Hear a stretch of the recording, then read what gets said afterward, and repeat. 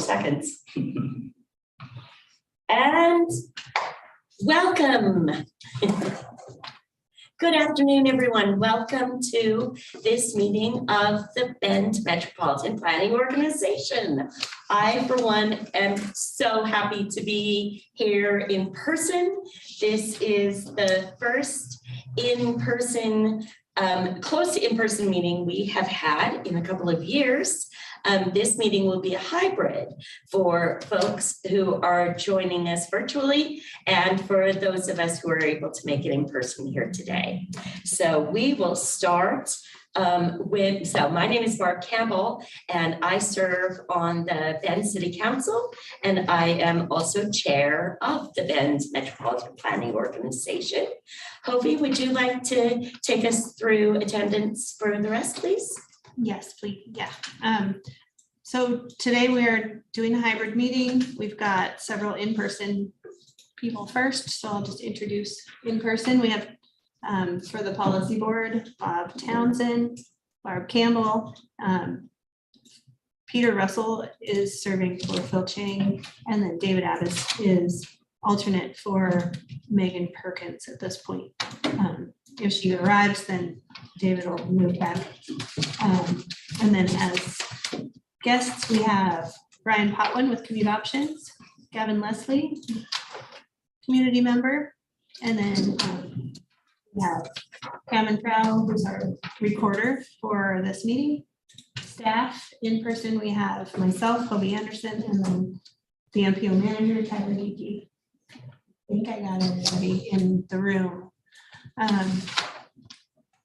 And virtually we have, I had Greg Bryant there and I lost him. Andrea Napoli is here with Bend MPO staff. And then I think that's all I see right now. And then Megan Perkins, City of Bend counselor, just came in. So welcome, Megan. Make sure I can squeeze you onto this camera. Maybe. Yeah, I might need to set one over. Yeah, Megan, you want to come closer in the camera? Switch in just so I can get you in there. I was just trying to zoom you in. I can't quite get you. You should have music with this. Music, right? Cheers, I know. All right. All right. And the only name I didn't hear was Andrea. Did we make sure to say that Andrea Napoli is here? MPO senior planner is here virtually. Great, thank you. And then Hovey is going to continue by talking to us about our virtual meeting guidelines. I didn't update our virtual meeting guidelines, but for this meeting, it's helpful to say your name or identify who made the motion at these kind of meetings, since there's a big screen. So as you introduce yourself, that helps anyone listening online, or when we put them on YouTube, then they know who's talking about what. So with that, there's a couple people who raise your hand if you need to, and if you do sign in the room, then to mute your computer. That's it. Thank you. Agenda item 3 is public comment. Is there anyone who would like to address the Bend MPO at this time?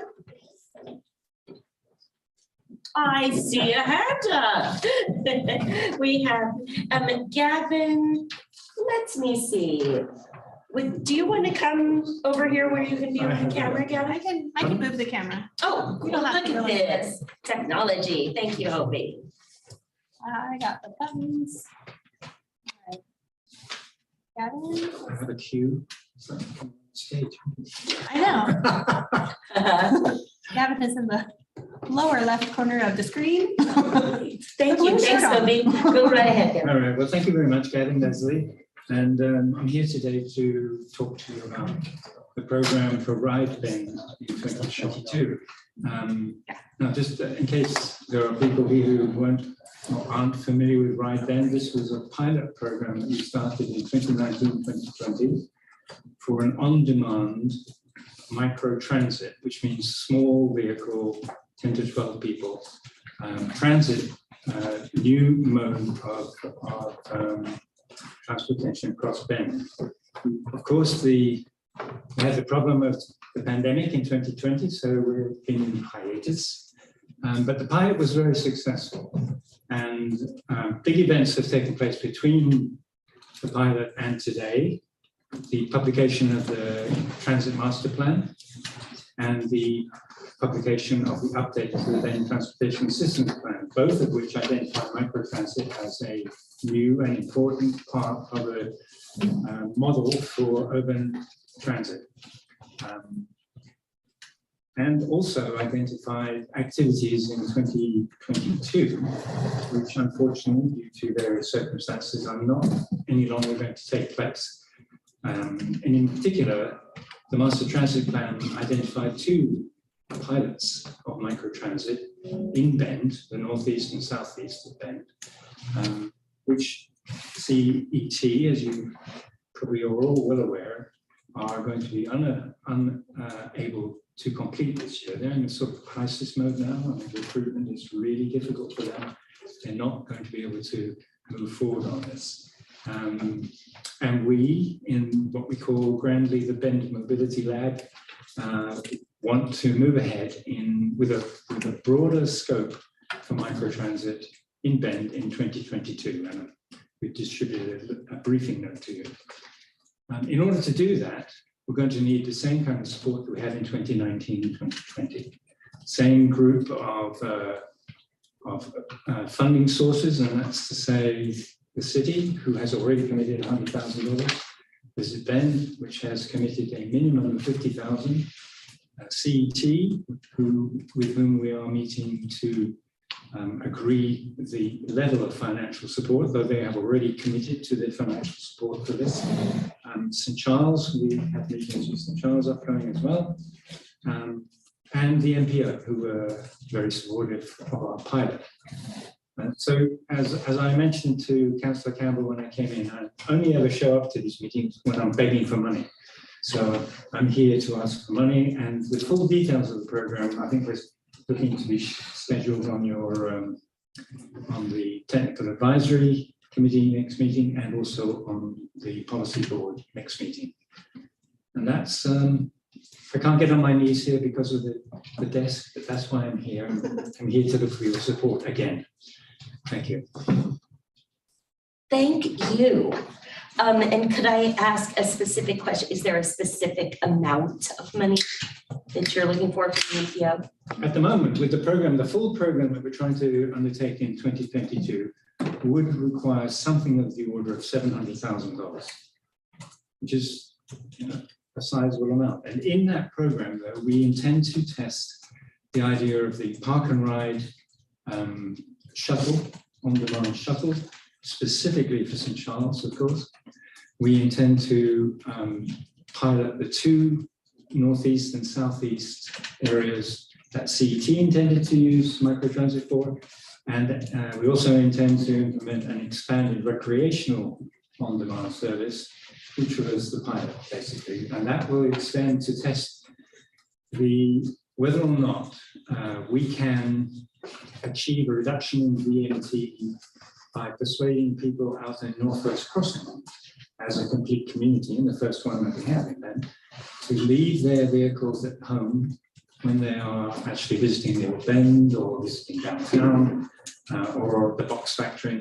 So the zone that we have identified for an on-demand service extends to the west side, the north up to basically Hobby Lobby area, all the hotels and recreational establishments up there, and down to the old mill.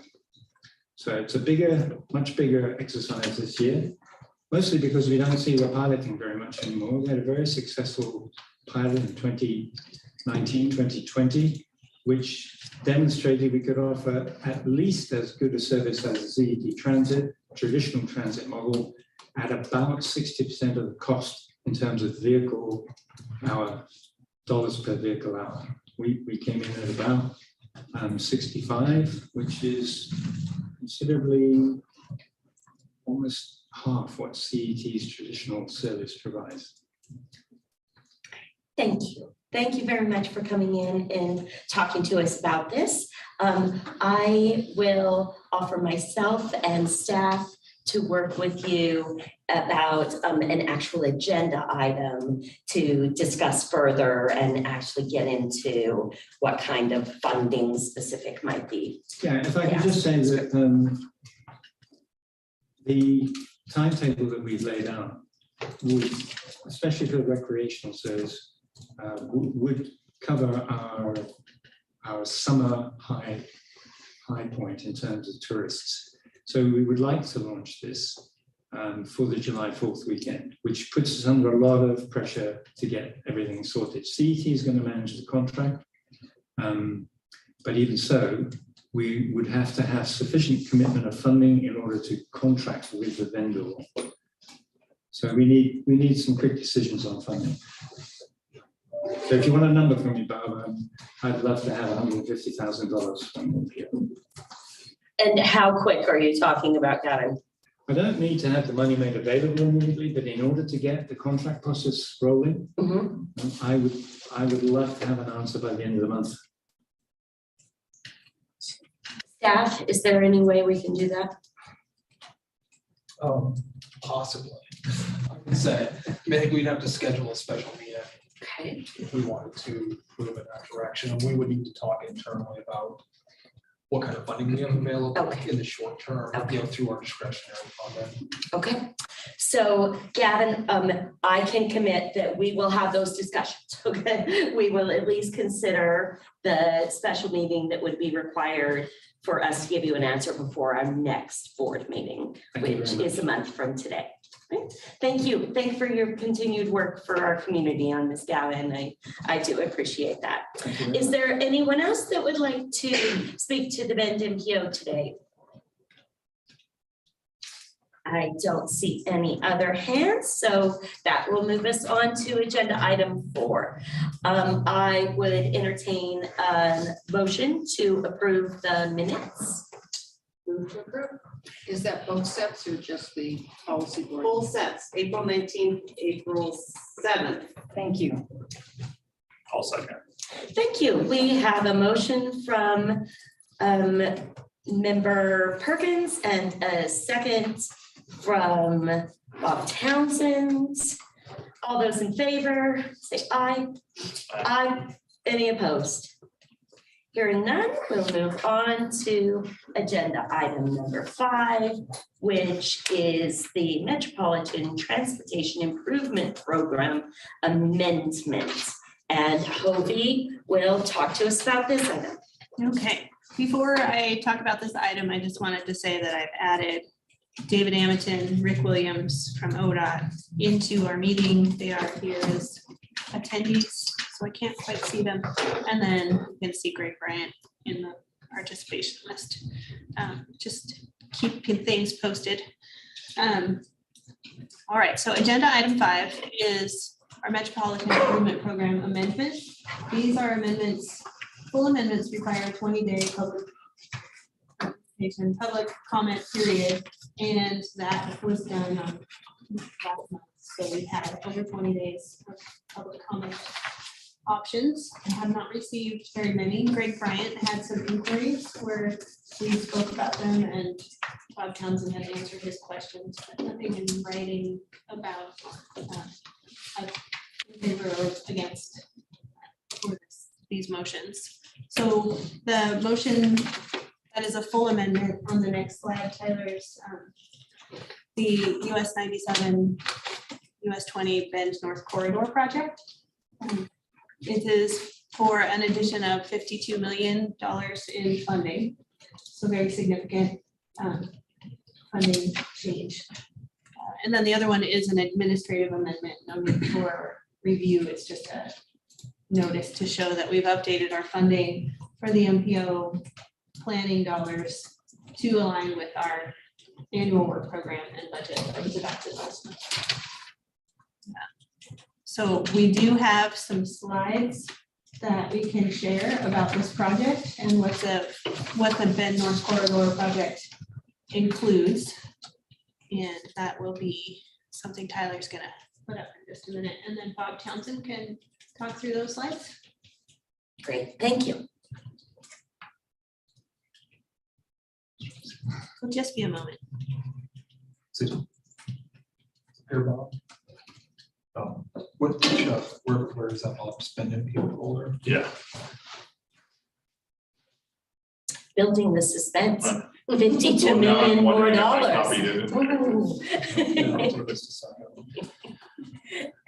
So just a precursor as we're working on the slide. So once again, we've had, I think, 4 amendments for this project through the MPO over the last 2 years. And so these are programming, as I tell people, these are raising the credit limit of the bank account for the project, but they're not obligating the spending of those. Those are done in separate actions. So for example, we're showing the addition of city funds as part of this STIP amendment, just for process, that's what we have to do, but the city funds can't be approved until the city approves the IGA, which is on the agenda tomorrow. Likewise, the county funds and some of these other ODOT funds, it's just the programming part, and then there'll be secondary approvals within each of those organizations to do that. But obviously, this is a very important step for us as we move towards starting construction for the project. Next slide, please. So again, just everybody's seen these a lot of times, but this is all based on the federal environmental impact statement that was finalized in 2013. It includes all the elements on this big exhibit, from some of the work we're talking about going with this project about the realignment of Highway 97 to things, you know, a roundabout at OB Riley and Empire and other things that aren't part of this scope that, you know, hopefully will be in phase 2 types of projects. But I only show this slide as we continue to get questions about why aren't we doing everything? Well, this $275 million price was last year price for everything on the drawing. Certainly that's probably in excess of 350 million with the market conditions. And since we were only able to come up with 175 million, you can kind of see why some scope elements are not included. Again, I wanted to show this as the original grant application was total for about $133 million project. The reality is that didn't even get us to the scope we wanted, but for the federal grant, we were clearly told is if we didn't have 60% match, we weren't getting it, weren't ever going to receive the grant. So really, we just adjusted our total down to make sure that the funds available were 60% of the total, which was 133. So from the start, we knew we had to get extra money just to get to what we consider a minimum scope, which was moving Highway 97 over and some of the US 20 improvements. Next slide, please. So, you know, these are some of the same slides that city councilors have seen from our presentation there, but you know, I think it goes without saying that this has been an important project for a long time here. You know, we've been in partnership with the city of Bend in particular since 2008, working through towards this project. The city of Bend and Mayor Russell very critical in it going back east and getting the grant for us, and all that's important. But the really reasons it, you know, it's safety, it's freight mobility, it's bike ped improvements, it's all those elements that make for a good project. And certainly the congestion comes up a lot in the discussion, and we can't take care of all congestion on the ODOT system, nor do we want to, as we need to balance our improvements. But in this case, where congestion leads to significant severe and fatal injury accidents and significant delays to the overall system, it's worth addressing.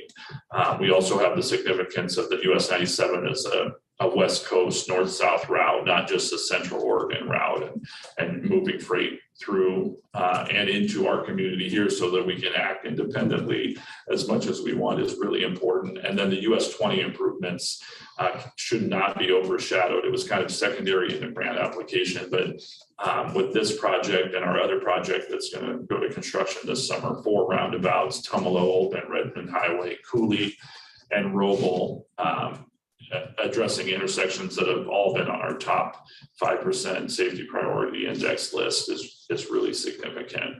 And then the other thing, as we talk about the benefit, is this economic vitality. And in this case, these transportation improvements are necessary for housing to go in the north end and the urban growth boundary expansion areas. And so us taking care of those between the city, county, and ODOT, these improvements, it reduces a lot of barriers. We're already meeting with two developers that are going to be coming forward with housing applications once the project's complete. So that's really one of the keys here. And then obviously it opens up Juniper Ridge expansion area even more, because the city had, from 2010, we have agreements in place that say what needs to be done before that can be developed further. So a lot of economic benefits too.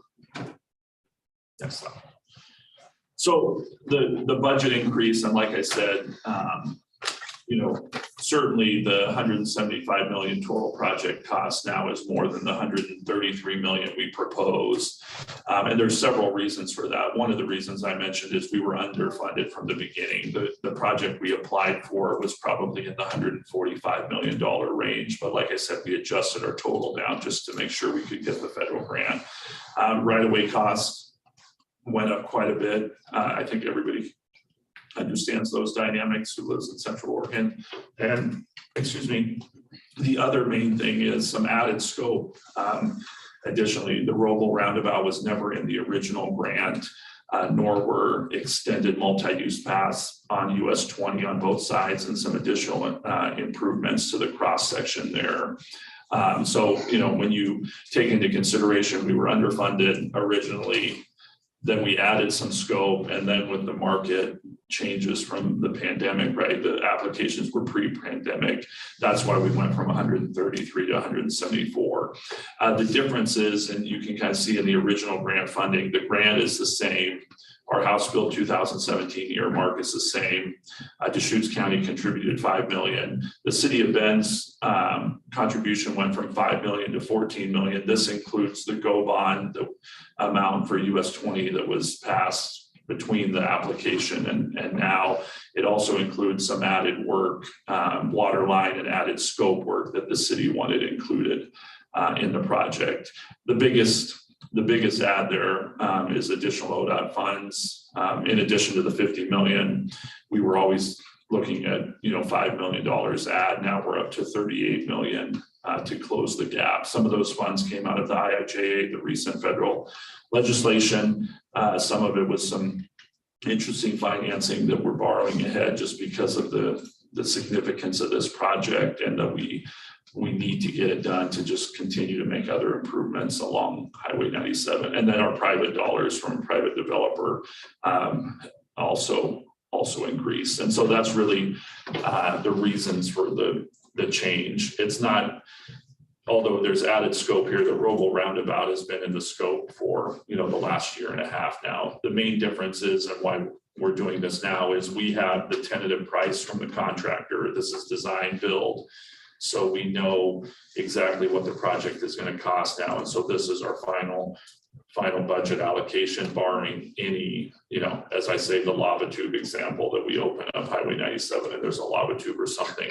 This money, or this amount, has about an $8 to $10 million contingencies for any of those things that could come up, and or potentially added scope at some point if we get a year into this and we're realizing everything's going well and we want to add a one-off element that still fits within our right-of-way footprint. And so timing wise, and I'll cover this at the city council meeting tomorrow in more detail, but timing wise, if this is approved today, council approves tomorrow, we'll actually sign the contracts with the design build contractor next week, and they'll start final design and we'll start construction this fall. One of the grant requirements is that the funding needs to be, construction funding needs to be obligated, or the first dollar spent by September. And so approval today, approval tomorrow meets that time frame. Delays to that certainly delays us signing our contract, which means we can't guarantee the price the contractor signed. And I don't mean to include fear in it, but that's why the timing of these are hitting MPO first, then city council tomorrow. Next slide. So, generally everybody's seen these improvements. I have some new exhibits to show, but US 20 improvements are roundabouts or Cooley and Roble, multi-use paths on each side of Highway 20. technically from Emerald or from Empire to Cooley on, let's say, the top of that page or the west side of Highway 20, because it acts on a weird skew here. And then on the right side, we're multi-use path from Roble all the way actually to Old Bend Redmond. The multi-use path from Cooley to Old Bend Redmond is under the other project that bids here shortly and goes to construction at about the same time frame. And when we say multi-use path on Highway 20, these are separated outside of the existing roadway. Next slide. And then Highway 97, not to get in a lot of particulars, but you know, Highway 97 moves over by the railroad tracks. 3rd Street in front of the Cascade Village Mall will connect all the way to, you know, 3rd Street by Empire. Right now, it only connects one direction, but north and south will have a connection. They'll have a big median in the middle there, but 3rd Street will be one full roadway. It'll still be under ODOT control right now, but certainly that's one of the discussion areas we want to have as the second part of this. Is at some point we would like to transition that back to the city so that we can use city design standards and change it out of that highway context into a more friendly local street system. Just for other issues there, if you're on Empire and you want to if you're on Empire, let's say coming from 27th and you want to go to Sisters, you still have a couple choices. You can take the on-ramp there like you do now, get on 97 or get on what was 97 and use the loop ramp that exists. You can go over to Empire and take a right and head out to Sisters as well. If you want to go to the mall and you're in that same configuration coming from 27th, you just take a right onto the on-ramp, you go up and over the new 97, and then you merge down onto 3rd Street and connect all the way through. So all of the movements that are critical to everyone, that movement doesn't exist today, but certainly one that the Cascade Village Mall has been supportive of. And then the north end is just Highway 97 shifted over. It's going up and over Cooley. There's 2 structures there. The one of them for 97 going up and over Cooley, and the other one, as if you were on 3rd Street and you're heading north to Redmond, you'll go underneath 97 and then loop around and merge onto the new 97. So the signal at US 97 and Cooley will remain, but it'll be at 3rd and Cooley, and it'll have obviously, you know, probably 5% of the current capacity it does now, since 97 is shifted. The Cooley and the railroad tracks remains an at-grade crossing, but we're adding what we call a safe crossing improvements there with sidewalk bike paths on each side of the roadway, additional siding and a different gating system so that now the BNSF will not have to blow their horn every time the train comes across, which you know, hopefully people appreciate not having that whistle all day and all night. And then go ahead, say next year, I'm sorry. And then these are some additional exhibits just on the bike ped facilities, just highlighting the new bike ped facilities that are going in. Obviously, if you're on the right side of that drawing and you're looking at 3rd Street, you know sidewalk already exists in most areas.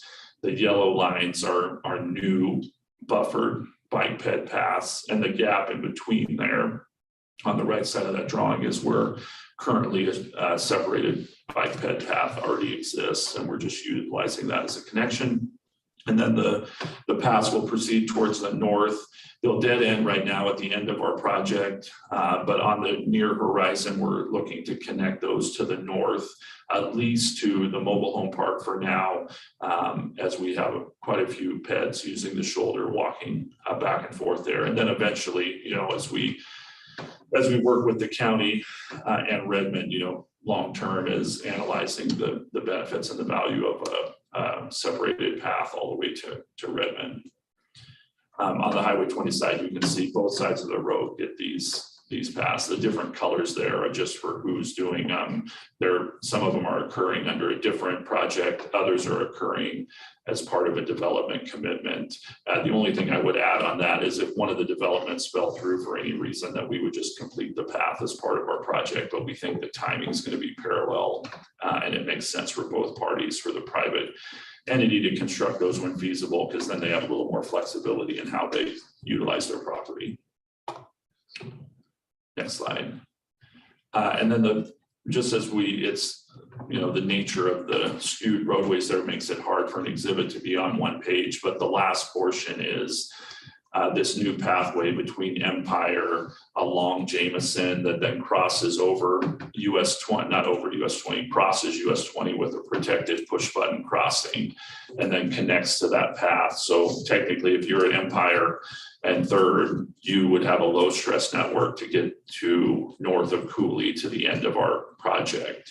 And that's this last piece of the connection.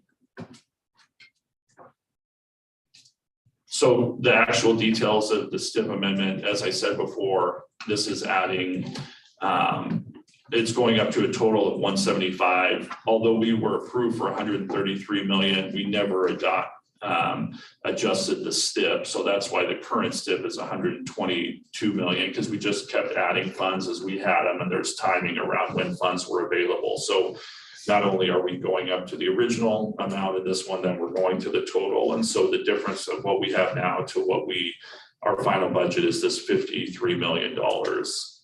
And for accounting wise, you can see the breakdown, that 9 million from the city of Bend beyond the 5 million that was already programmed. Statewide Rail gave an additional $1 million to help with that crossing. Fix It just means our paving and bridge program, private development increase, and then Enhanced Highway, which includes several different buckets of ODOT money, but most significantly the recent IIJA monies from the federal infrastructure. And again, like I said, this is just increasing the bucket. We still need additional action from City of Bend and OTC on the Enhanced Highway, but OTC's action actually happened last week. So they approved the rest of the ODOT funds for this. And then what's weird is the amendment from the last slide is just showing the change from 122 to 174. This is the final bucket amount of all the money that's adding to the total project.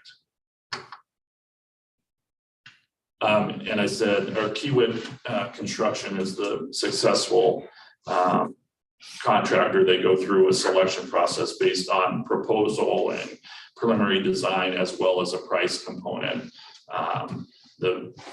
And their price component is guaranteed without changes, and that's what we're signing next week. Like I said, any delays to that, then they get to ask for additional money for market conditions or whatever. So that's one of these important things of this time frame that fits to.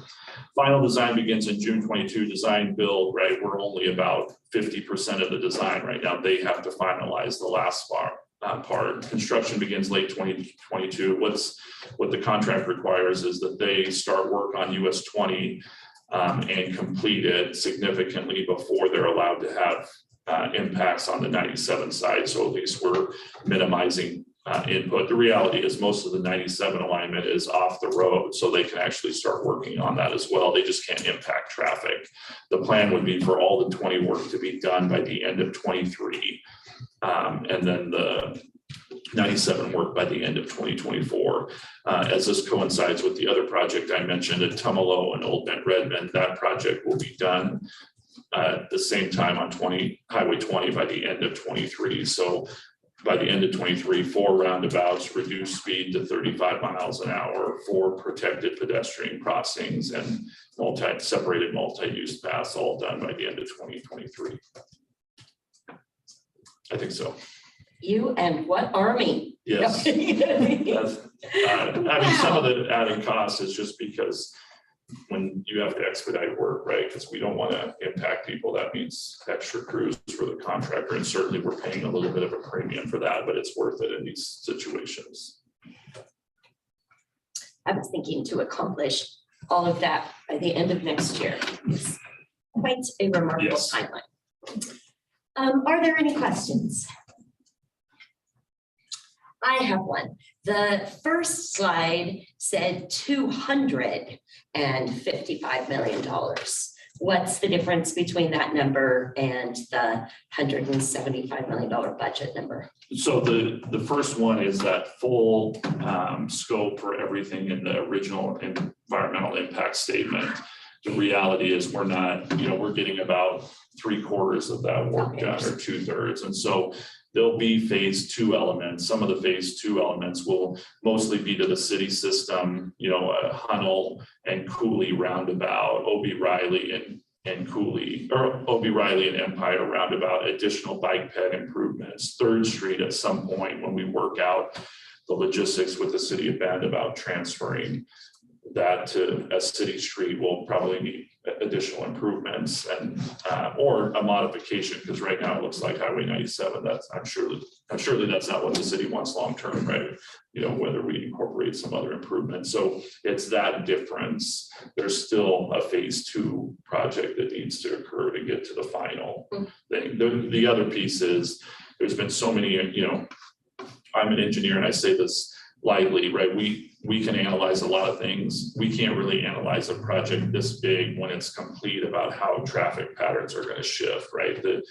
When we're modeling it now, it didn't even include the 27th Street extension. So you can imagine once this is all done, people are going to continue to make route choices. The proposed development up there is going to have a big impact. And so really seeing what does phase 2 include. Is it the Brita extension over at Roble? Is that the most important thing? Or is it actually continuing improvements on O.B. Riley to get more people to shift? That's really the process that'll have to take place over the next few years before we determine what the best project is to continue out those improvements. Thank you. Any other questions? All right, I will look for a motion. I move approval of the proposed amendment to the 2021-2024 MTIP as presented. I'll second. Thank you. We have a motion from Councillor Perkins and a second from Peter, who is here with us on behalf of Deschutes County. Thanks, Peter, sorry. All those in favor? Any discussion? I'm sorry. None. All those in favor say aye. Aye. Any opposed? Thank you. Thank you, Bob. Wow, it just seems like this thing has been creeping, and now done by the end of next year on Highway 20. So, wow, that's really remarkable. Exciting. All right, that brings us to agenda item number 6, which is distribution of surface transportation block grant, STBG funds. And Andrea Napoli will take us through this agenda item. Yes, thank you. So to make this agenda, can you all hear me? Fine. Yes. Okay. So to make this agenda item of funding distribution easier to navigate, I want to lay out what slides are coming up ahead of time. So first, I will talk about what this request is and the timing. Then I will go into some background information on the topic of STBG funds, some prior decisions that had been made. I will present the current situation of our STBG dollars. Also, I have a slide on some competing needs for these funds. And then I have 3 example funding distribution scenarios to share with you. And finally, a slide for questions, comments, and potential motion. So request and timing. So we are asking the policy board to determine the distribution of our annual surface transportation block grant funds for the additional amounts that we will have for fiscal years 2022, 2023, and 2024, and our future estimated allocations for years 2025, 26, and 27. And I will go into detail into those 2 bullet points later in the presentation. So timing, why are we bringing this to you now? It's really driven by our upcoming competitive project application process The call for projects will begin later this summer for that process. And prior to that, we need to know how much money will be available for that process. And those awards are made to projects by year through year 2027. Also, the competitive project application process is tied to the development of our next Metropolitan Transportation Improvement Program. So our fiscal year 2024 through 2027 MTIP. And as a reminder, the MTIP is our 4-year program of projects that shows how funds will be spent over that time frame. And specifically, the MTIP document includes a section on how our annual allocations of STBG funds are to be distributed.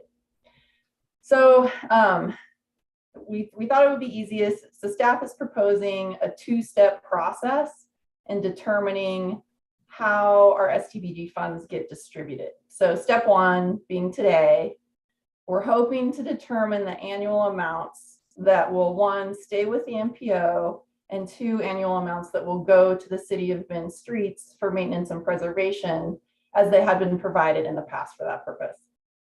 Next month, that would be step 2. So once we know the amounts that will stay with the MPO, then we want to come back to the board for direction on how to distribute those funds between MPO efforts.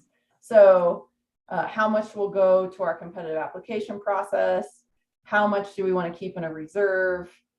How much to our planning work and other efforts or projects? So that will be an agenda item for next month. Any questions on that? Again, I'll go into detail on those two with the dollar amounts that we're talking about. Questions? Andrea, the last 2 steps seem maybe backwards, frankly. Wouldn't we want to know what needs there are for planning and processes and reserves, in order to determine the amount that we want to remain with the MPO? Well, I have a next slide that talks about how much, as far as the application process, how much we, the request was, and how much we had a reserve. We currently have a reserve, and that we could add more to it based on, I do have a slide of the competing needs. And as far as the planning, we do know how much we need as a minimum for our required MPO planning. And that is touched on a next slide too. Okay, sounds like I asked too soon. Thank you. Carry on. Thanks, Andrea. Sure.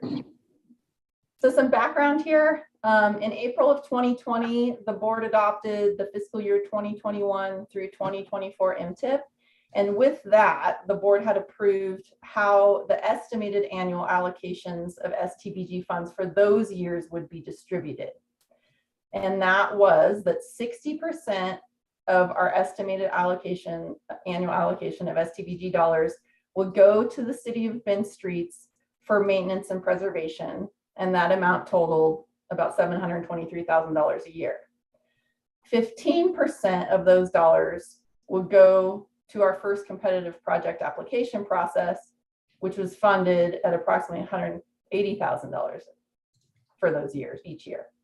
And then 25% would go to MPO required planning and staffing, which is about $301,000. And that's about our minimum for our required planning and staffing. Next slide. So fast forward to the following year, to April of 2021, the annual amount of our STBG dollars for fiscal year 2021 came in at about $127,000 higher than we had originally estimated. So that following month, in March of 2021, the board awarded those additional funds to projects that were not fully funded from the past competitive project application process. So those dollars are spent. For the future additional funds for 2022, 2023, 2024, the board had tabled that discussion on how to distribute those dollars to essentially now to spring of 2022. Next slide. So here is where we are today. So these are the estimated available Stbg funds for distribution. So we have in red for years 2022 through 2024, the additional funds will be receiving on top of those that we had originally estimated. And this is based on revised ODOT estimates. And then in blue, we have our future allocation estimates that are associated with our next MTIP. So 2025 through 2027, approximately 1.6 million per year. So these are the funds these are the dollars that we're talking about. Next slide. This slide goes over competing needs that we see for our Stbg funds. Certainly need with City of Bend streets for maintenance and preservation. These are the funds that we use for our competitive project application process. The last call for projects, the total amounts requested was approximately 1.6 million, and we had about half of that available. We expect planning work to come out of the DLCD climate friendly and equitable communities rulemaking that could utilize these dollars for that.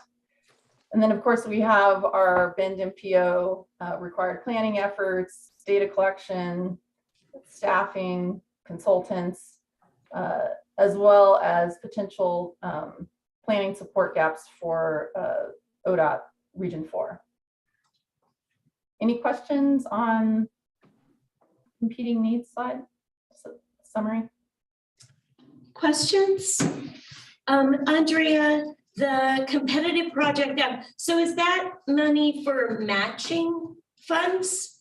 When you No, the amount shown in the total requested, that's based on the applications that were received to fund a variation of projects. There are mostly safe routes to school projects. We had transit, a number of different, usually smaller projects.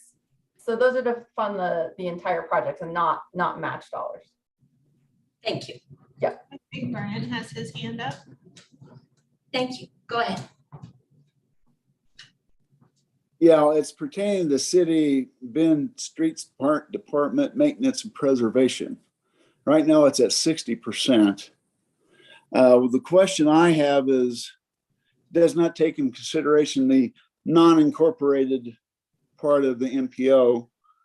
And I'm estimating approximately 10% of the roads that are non-state in the MPO is probably the unincorporated. And since about 2009, the county has imposed a maintenance moratorium on maintaining roads that are not paved, and they don't pave any more roads. And therefore, any locations that want to have maintain their roads, they have to have they authorize a special road district to maintain those roads, which they have to pay with their own property tax. Within the MPO that I know of, there's one special road district. It's the River Bend Estates, and therefore I'm questioning why Bend gets all of that and none of the quote unincorporated part of MPO. From a Bend standpoint, this is quote free money. They're getting it they aren't getting it through the property tax. And I understand if I was Bend, I'd want to do that too. But I'm from Deschutes Woods, which is unincorporated. So that's a question I got. I would think that at a minimum, possibly the unincorporated should get like 10% or some sort of percentage of what the roads are. That's all I have. Thank you, Greg. We will certainly take that into consideration. Any other questions? All right, Andrea, go right ahead. Okay, next slide. So here are 3 example funding distribution scenarios for the board to consider, edit, or so let me start with example 1. So example 1 in red, again, those are the additional dollars per year that we expect to receive, and then in blue, future allocations per year. So if example 1 essentially continues the percentage to apply that to both the additional funds and the future allocation. So 60% to City of Bend streets for maintenance and preservation, and 40% to remain with the MPO overall. Example 2, which I will note is, I brought this topic to the TAC at their last meeting, and this was the tax recommendation.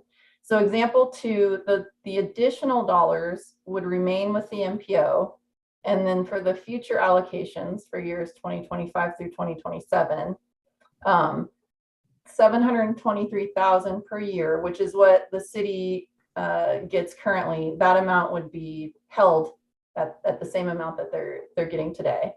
And then the remaining balance would go to all MPO related efforts.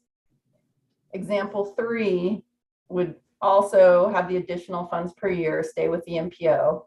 And then for the future allocations, provide the city with some other dollar or percentage amount for those 2025, 26, and 27 years, with the remaining balance to stay with the MPO, that the board would then revisit how that is distributed within for MPO efforts.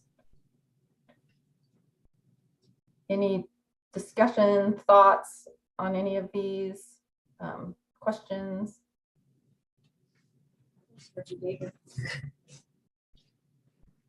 Good afternoon, everyone.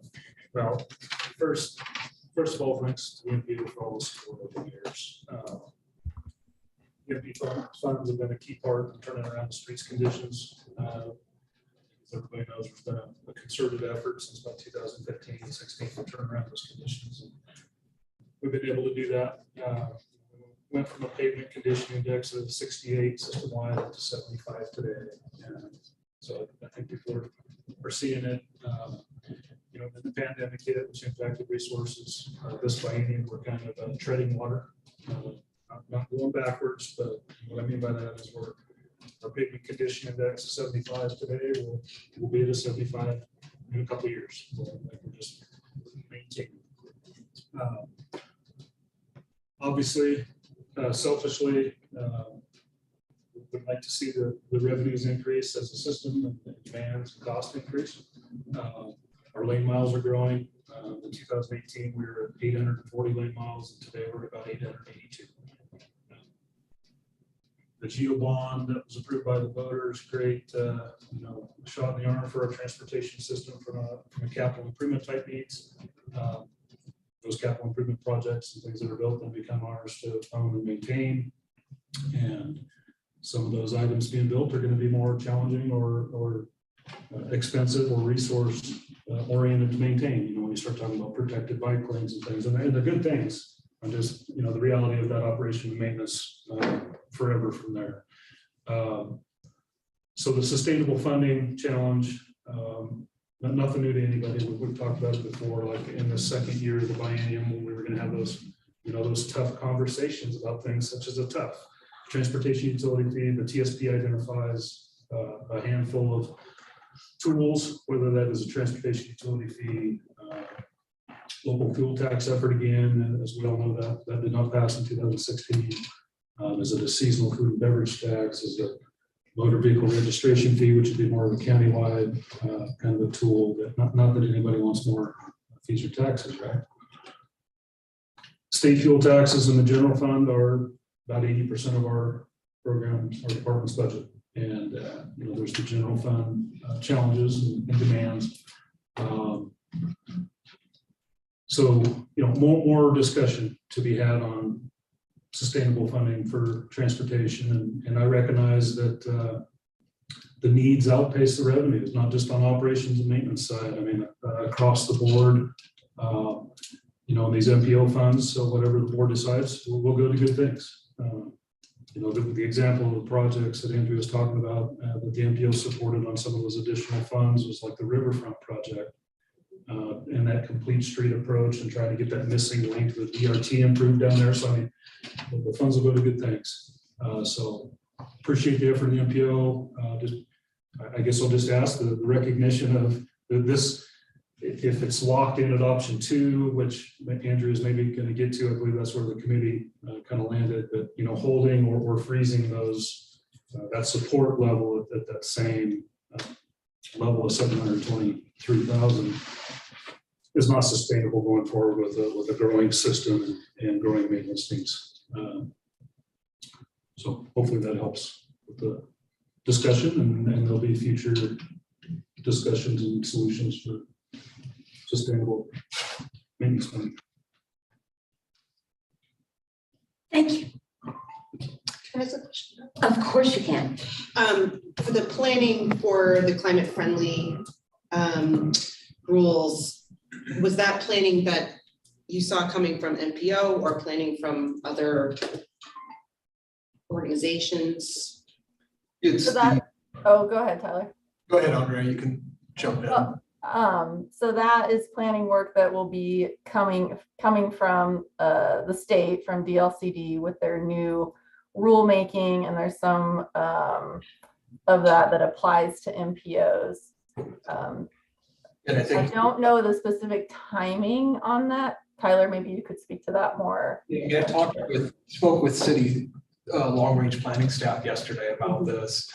And once they wrap up the Stevens Road planning process, their next thing is going to be to jump into laying out what all the new planning requirements are, the timing of those requirements and potential costs of those requirements, and how much can be done in-house versus how much is going to be consulted out.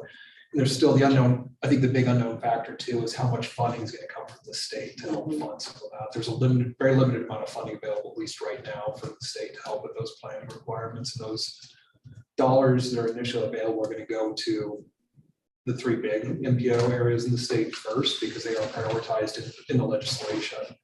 And so we may not get a lot initially, but I think there's interest on at least city staff's part to, once those rules are finalized, to start moving on them as soon as possible, so that we have adequate time to step through the planning process, the public engagement process, you know, do them as well as we can.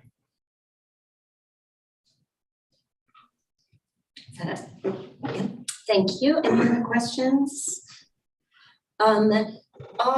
So what's shown in pink on these graphs would be additional funds. So we're never sure just what our district, how much money we'll be getting to distribute. And this is talking about that unanticipated amount. So within that, we could always, on frankly, a year-by-year basis, decide that we want all of that money to go, for example, to the City of Bend preservation, because it says other, right? We can use it for MPO planning, we can use it for reserves, we can use it for application, or for other. So we are maintaining the flexibility of those funds for a later decision for ourselves. Do I have that kind of correct? We can do that. So the idea behind, you know, bringing what would go to overall to the MPO and all the MPO processes and to the city first was that you know, the amount that goes to the city is quite large right now, and then the amount that would be then dedicated to individual items, tasks that are MPO related would be decided at the next meeting. Okay, so if a future date came when we thought that $723,000, we could, I'm just thinking of a specific example, you know, right? So with example 2, 723 to the city of Bend per year for 4 years, 923 to keep within the MPO per year for 4 years. And that still leaves 359 that the MPO will decide upon at a later time, right? Okay. So it looks to me like example 2 accomplishes that certainty that we all need to try and plan and get contracts out, but still gives us some flexibility with funds over the next 4 years.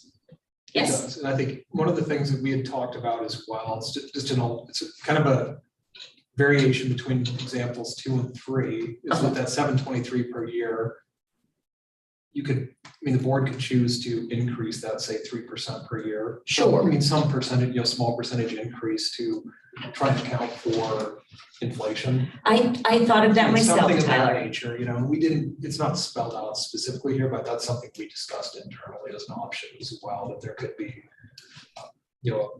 going forward, some percentage increase each year that goes towards that. Or Councilor Campbell. Of course, yes. I think you mentioned it there. One of the important things for me is certainly to give David a fixed budget that he knows he can move from. But I think one of the things that's happened with us over the last 4 or 5 years sometimes is if we have a bucket of money at that time, then it's, we get a couple applications. Well, we think, oh, we have enough to support them both. But knowing that David can always come reapply would be important to me, so those merits get measured up against whatever flexible we have, because I think sometimes we end up in, we have 200,000, there's 200,000 worth of ask, when in reality, one of them may not be as high as priority of maintaining streets, right? But we think we have those funds. So with that exception that he can be in the other, and I keep saying David, but Bend Streets that can always, apply for the other and match up against anybody would be important to me. Thank you, Bob. I think you did a better job of saying what I was trying to get at. That's great. All right. Or just to chime in and add Sure. on that, having a known amount that we can budget for, we're going to be coming up this winter, building the next 2-year biennial budget, and having that known amount extremely helpful. And this has been a huge help turning around the conditions. There's the general fund, there's a little bit of franchise. That 80% of our budget is state fuel tax and general fund. So this is a good piece. A known piece is very helpful. If it was based on a 3% a year, that's great. That helps a little bit with keeping up with growth or inflation and those things. And as you may recall in the previous discussions about the competitive projects, our discussion was like, there's some good needs and things out there too, whether it's TSP programs, initiatives, the Riverfront project, again, for example. Like I said, I don't want to, we have this known amount, which is great, and then don't want to come in and apply for a street preservation funds on top of that. Like it's that balancing of the needs. Let's finish that missing link with the DRT or do some of those other things, VMT reduction, some of the TSP stuff. So having that known amount, at least, was great. If it was tagged to some of the CPI or inflation would be great to help keep up with growth, because we're going to grow, and maintenance is a marathon, not a sprint race. It's always there. Absolutely. Thank you. Thank you. So are you saying that example 3 would be preferable then? If it was 3 and based on that kind of set amount in example 2 currently with a 3% increase per year, that's definitely better than example 2. I just threw 3% out. Yeah. Of course, I know the yeah. CPI is higher than that right now. Yeah. What is it? So it's 8.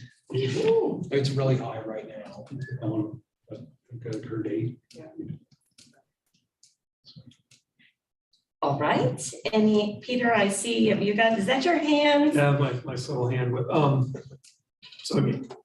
full disclosure, I'm on the TAC, and I'm here pensioning for Commissioner Chang. So part of the reason we went with example 2 on the TAC is that, not to diminish the value of preservation, but there's a scarcity of funding for planning. It's hard to get dollars for planning, and now you're having additional requirements going to put on you by the state. And also there are these competitive projects, which are also hard to fund. So we want to recognize that, yes, keeping your streets nice and black and shiny is good. Want to do that, but also there's a paucity of funding sources for doing planning projects, delivering competitive projects, or trying to meet state requirements that there is probably going to be little state money to figure out the implementation, the public involvement, the planning for it. So that's why we want an example too. Also, the other joke too, it's the MPO stands for Metropolitan Planning Organization, not paving organization. I think, I would say too, one of the things that was discussed by the TAC is. Like that, yeah. And on another note. The TAC also discussed, I mean, the city right now has a pedestrian planning process underway, and that's gonna come up with, some pretty high priority, short-term pedestrian improvements. This would be a good place on the competitive side to seek some funding for some of those projects. And then also going back to the climate rulemaking, not only the planning piece of it, but there's gonna be a lot of need for improving our bike and ped networks, particularly within the future designated climate friendly areas and then connections to those areas. And so that's all gonna be, there's gonna be a lot of need for multimodal, transportation improvement projects in the next few years to help us start moving towards meeting those goals. So I think that was a pretty big part of the TAC discussion as well. We have a little less than half an hour. We have one other agenda item and then 2 discussion items. And it sounds to me like we are getting close to a motion on this one. It looked to me like if we wanted it to increase every year, we might start with that option 2. And that on the first year, it will be that $723,000 amount, and then it will go up every year by a certain amount, if anyone is interested in that idea. So, well, option 3, we would just start over and write. So yeah, either way. I could see that as example 2 with example 2 incorporating a 3% increase every year to that to City of Bend streets. Okay. That's what it sounds like to me. That's what it sounds like. Maybe we want to start with, if anybody is actually interested in doing this, not trying to twist your arms, that maybe we want to start, for example, with a motion for example 2, and then we would get a motion to amend that. Yeah. I propose adopting example 2 as presented. Okay. And then we'll look for a second on that. Right? I know. Where's my parliamentarian? Thank you. We have a motion and a second from Peter and then Councillor Perkins. Any discussion? Now I think is the time to propose an amendment. Great. Well, the only thing I'm struggling with is the percentage. Exactly, right? Throw out a number there. Yes, sir. I can help maybe put that into context. With 3% was thrown out as a number just for discussion's sake. If you take the 723 at 3%, basically adds 21,000. So that next year. And so to put that into perspective, that 21,000 would basically mean a chip seal or a slurry seal of one additional $1. Not paving. Paving, overlay, grand inlay, that's 110,000. So to put it in perspective a little bit. Amendment is 5% increase. I will second that. All in favor of the amendment, please say aye. Claire, can I? Of course you can. We're talking a cap after. It's 5% for 3 years, or? Yes, for the time period. Okay, yes, perfect. exactly. Yeah. So all in favor? Okay, I was gonna ask a question. Of course you can. Do we have an average amount of this competitive projects or what their proposed Yes. budgets were? In this slide, Andrea, what was the ask? 1.6 million. That was the total for all applications that were submitted, the total amount requested. was 1.6 million. So- And so- the amount, and then, so that was for all the years combined, and the amount available for those years was 775,000. You know, it's the average request. That's, I mean, we could get it, but It varied. it varied significantly. 'Cause we Yeah, had it did. some recs submitted for those trail crossings across some of the city's roadways, and those were, 30,000, 40,000, and then there were CET had a pretty big request of 500,000, something like that. So I mean, it was So an average isn't really gonna help you. no, it was a really, really big range of requests in that first round of competitive projects that we received. It ranged from what, the $30,000 reinstating the bike share to $500,000. Okay, so we have an amendment on the table to increase the amount for the city of Bend pavement protection for the 4 years in question by 5% every year. All those in favor, say aye. Aye. All opposed? Aye. Thank you. And then, so the amendment passes. Now we have an amended motion on the table. Any discussion about that? Questions? No? All right. Then it's time for a vote. All those in favor of the amended motion, please say aye. Aye. All opposed? Aye, I'm just saying, I meant to support the first one, I got to sync there, so. Okay. So I'm supporting the original one, but not supporting the amendment. This is what happens to your rookie. It's Okay, now I'm confused. So the original motion I supported, I meant to support, I voted the wrong way, the amendment is what I. So would you like to change your vote on the motion even though it is amended? Do you want to say yes, because the amendment did pass? So do you want to oppose the motion with that amendment?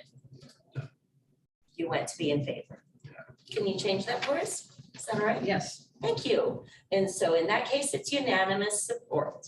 Thank you, Peter. I'm sorry. I know the confusion was entirely my fault, so thank you. Maybe you take the hit, but. Okay. All right, that gets us to number 7, which is, I'm sorry. Given our time constraints. Yes. Can we move Brian's presentation up? Of course, Because he was cut yes. off last time. Yes, of course, absolutely. Absolutely. I was thinking maybe we want to do something looking at the clock. So that's going to be Brian Potwin, your agenda item number 8, Safe Routes to Schools program. All right, excellent.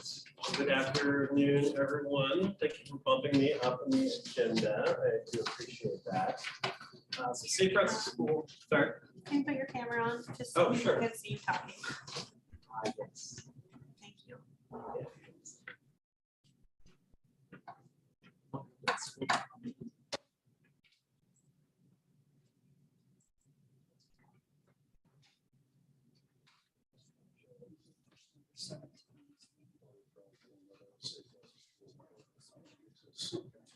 That sounds good.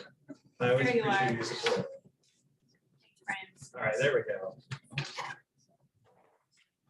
Now that we've been talking about a bunch of construction, let's talk a little bit about the education and encouragement aspects of Safe Routes to School. So it does comprise of the 2 different sections within the program of itself.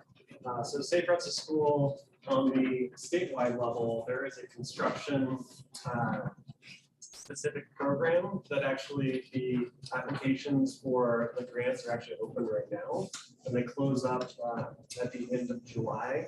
These construction grants are for up to 2 miles in radius around a school site that increases safety and accessibility to the schools through increased sidewalks and sighting, lighting, things of that nature, bike lanes.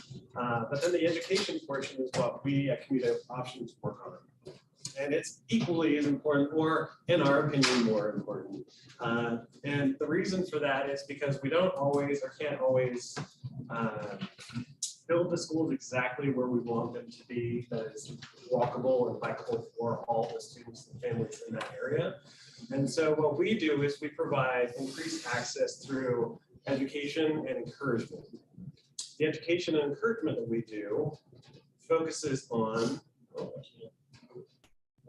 hold on, technical failure going on here.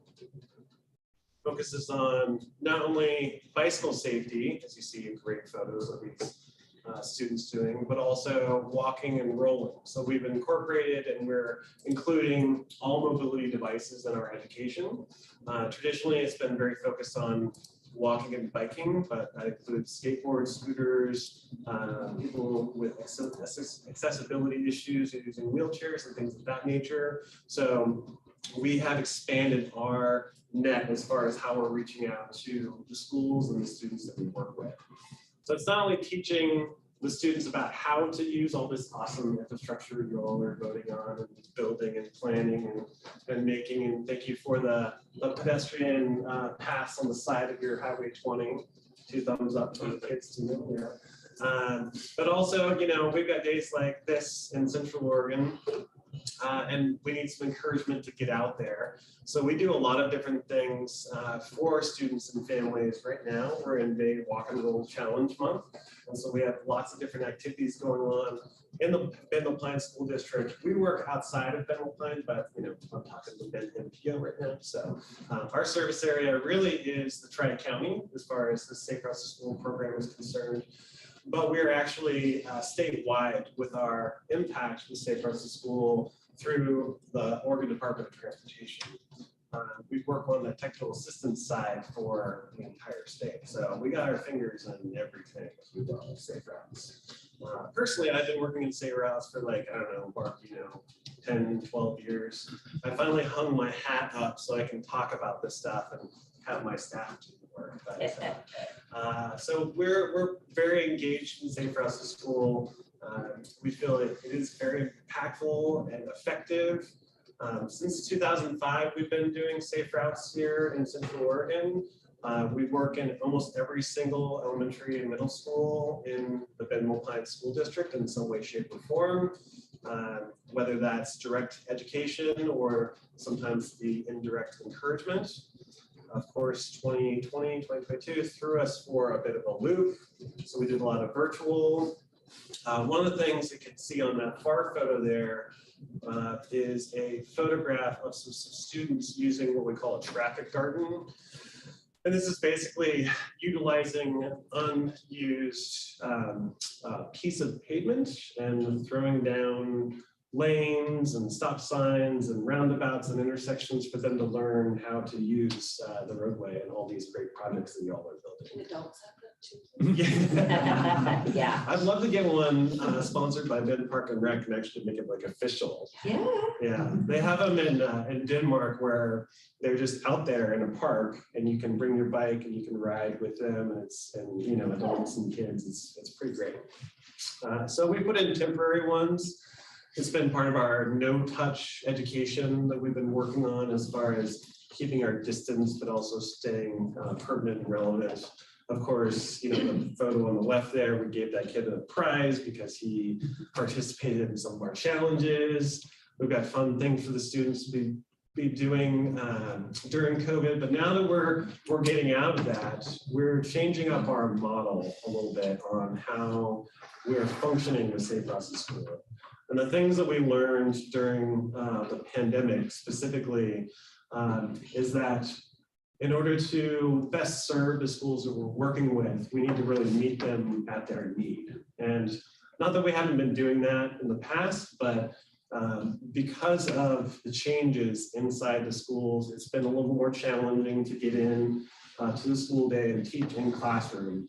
And so what we have come up with, and we want to take this to the next level with, if you will, is combine the walking school bus program that I can talk a little bit more about in just a moment, and also our education program and put them together.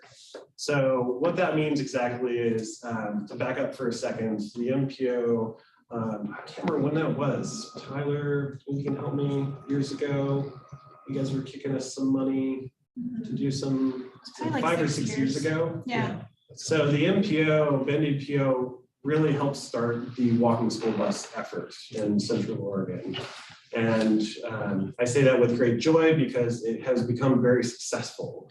And a walking school bus program, for all of you who don't know what that is basically take a school bus and take it away, meaning the kids and adults go on a pre-designated route. They pick up other students along the way. It's to and from school. And so it's a consistent transportation option that we're providing to the students, because the schools are not always, like I said, built in the most amazing areas for walking and rolling. So you can't always build your way out of it. In other words, providing this option is something that we see as a super valuable and important piece of, not only health for the students, but also getting them there on time, and if at all, as far as the challenges that some students face actually getting to school. So we are moving our model of Safe Routes to School into what we call education and action, or combining the walking school bus with the education at the same time. And that way we're working with the students most in need. So it's equitably shared amongst all the students. And also we're doing education at the same time. So we're not taking away any time during the school day specifically. So we're helping instead of saying, hey, can we have some of your school hours, which is at a premium. Not to say that we can't do that anymore, but we feel like this is a very, very direct way for us to help the schools here in Central Oregon. This is a map that shows an example of how we've mapped out every school in Central Oregon, Bend, La Pine specifically, as far as suggested walking and biking routes. Taking a look at, what are the challenges, what are the barriers and the hazards. And this is within what the school district calls the walk zone. So that's a 1.5 miles to mile, depending on, if you're talking about elementary or middle schools. So we've done this for every single one of our schools to help encourage the students in these areas to understand where they can go and what routes they can actually take that are quote unquote, safe. I'm never going to say this is a safe route. I mean, how that goes, right? So I call it safe and then somebody gets injured. So these are suggested routes. And we're going to be kicking this new program off in this next school year. So we're working right now with our schools to transition over to this model.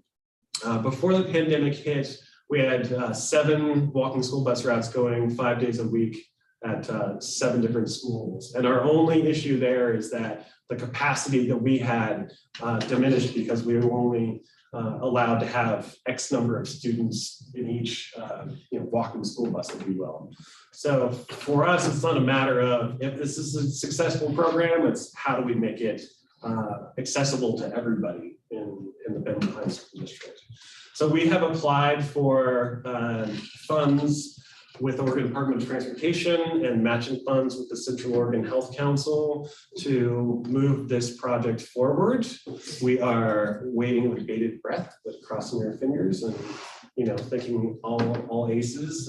This is going to come up in our favor. But in order to expand this, we're going to need more partnerships, and that's part of what my job is now. I'm not the one delivering the education anymore. I'm the one going and asking for money. So, in order to expand this in the way that we see is going to be the best fitting for this area, we need to go beyond what we've already applied for, which we're doing. And Tyler has kind of hinted, so maybe we can talk a little bit about that here, possibly as well. But really, it's all about what are we doing? Where are we going with this? How do we make this the best for the students that we have in Central Oregon? So our short-term goals are to kick off this new initiative, be extremely successful with it, and expand it into all the schools in Central Oregon, as well as increasing our program capacity. And then we also want to increase access to students who have special needs, so bringing adaptive bicycles into our program. And then working with you all on the safety infrastructure and the walk zones, specifically that the city has been putting together as far as the next steps there, and assisting the city with the next rounds of funding for construction grants from ODOT in combination with that. So I'll wrap my time up there. But we're pretty excited about where we're going with this and how this incorporates into the overall picture with Bend MPO School District and our students. So thanks for your time. Any questions? I don't see any. Thank you so much. Yeah, you're welcome. The walking school bus is just warms my heart. Yeah. It's just such a wonderful success for everybody involved. Yeah, it's a good thing. Yeah, It's a good thing. absolutely. You know, I think the hiring challenges will be interesting, Yeah, you know, when we get to that point, but we were very successful at hiring family members and people who lived in the community who already walked and or biked with students to and from school. So I feel pretty confident that we're going to be able to. there are paid people walking with students. Yeah, that's the whole shtick. I Yeah, did I didn't- I not didn't know give you that. that, I thought yeah. it was parents who were volunteering. No, so we Oh, I are didn't know paying that, Brian. paid leaders to walk to and from schools. Oh, that's great. And they don't need a commercial driver's license. Fantastic. Yeah. Thanks, Brian. Yeah. Learn something new every day. Yeah, so that's why this is a consistent offering that we're bringing to the school, because it's paid staff. Yeah, that's fantastic. Yep. Thank you. You're welcome. Tyler. We still have an agenda item here. We could do the last number, whatever it is. Seven. Number Number 7? No, now we skip number 7. I think we can push that to. Great. Okay. And then 9 we can go through quickly. Yes. Please. Thank you. Just, yeah, I'll move fast. That's, thank you.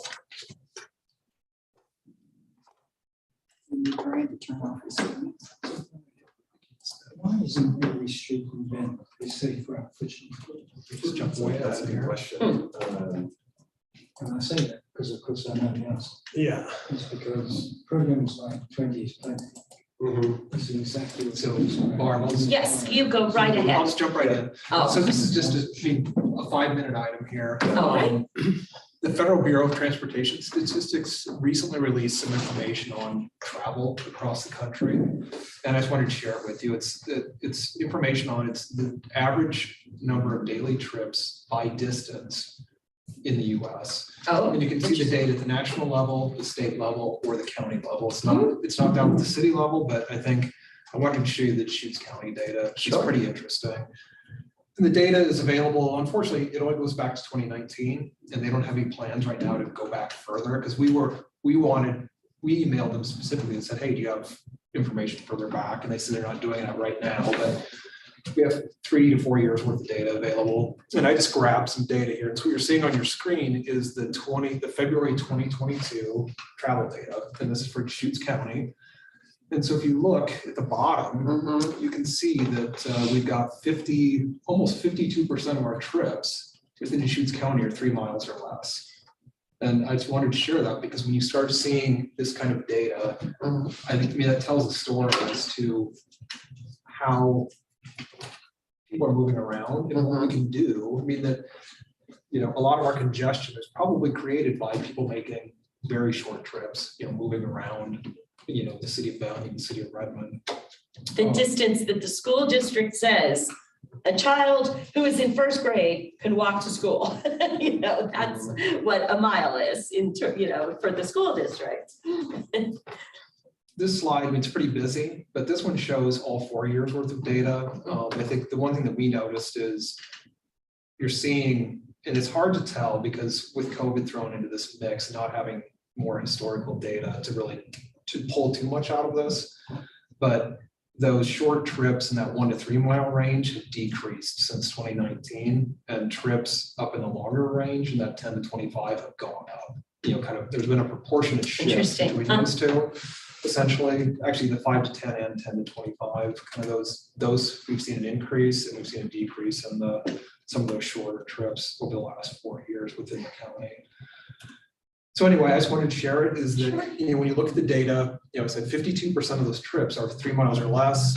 You've got 26% of trips are 1 mile or less, you know, and that's a very walkable, rolling. That's kind of exactly my distance. point, right? You Yeah. know, then 26% fall into that 1 to 3 mile range, which is, you know, walking / biking distance, depending where you are, obviously, in the access that you have to services. But those are And these are daily trips. Average So- daily number. So there are folks who are driving 50 miles every day.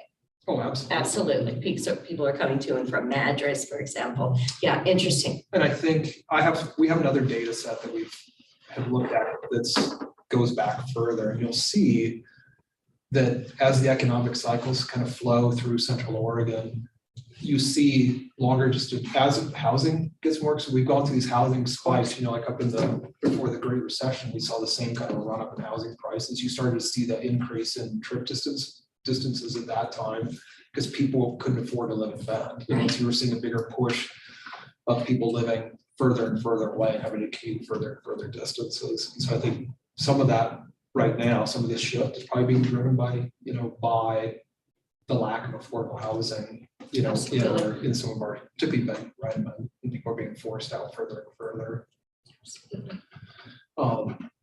And so that was just it. It was just a very simple little thing, and just I wanted to say that, robust and safe walking, rolling and biking networks, could probably accommodate, a fair share of those trips, depending upon, and land use is a huge issue too, obviously.